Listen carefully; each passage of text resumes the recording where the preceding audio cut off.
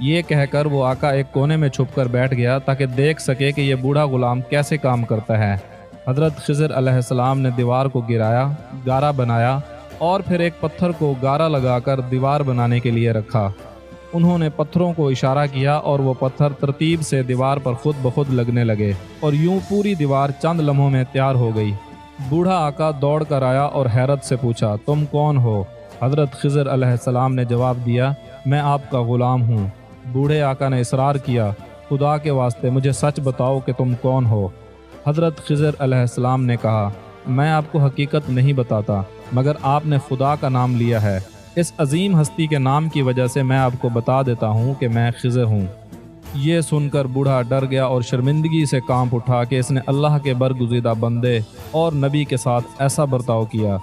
इसने फ़ौरन कहा, आप आज़ाद हैं, मैं आपको मज़ीद तकलीफ़ में नहीं डाल सकता।